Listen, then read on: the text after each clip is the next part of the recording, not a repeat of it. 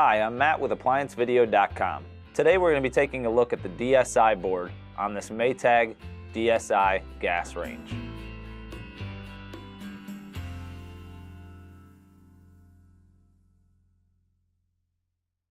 Stop.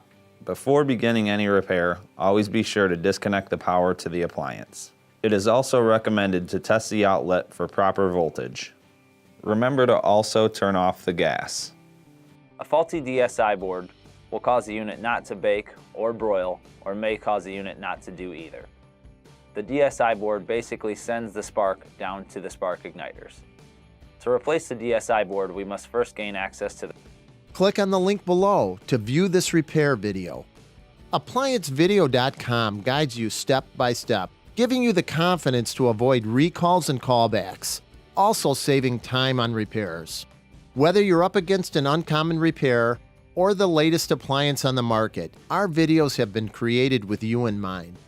Our growing library of videos have been produced using our factory-certified technicians who have extensive infield experience over the past 30 years. ApplianceVideo.com provides high-quality repair videos that anyone can follow, regardless of their skill level. We are here to help. Click on the link below to view this repair video and let us help you do it right the first time.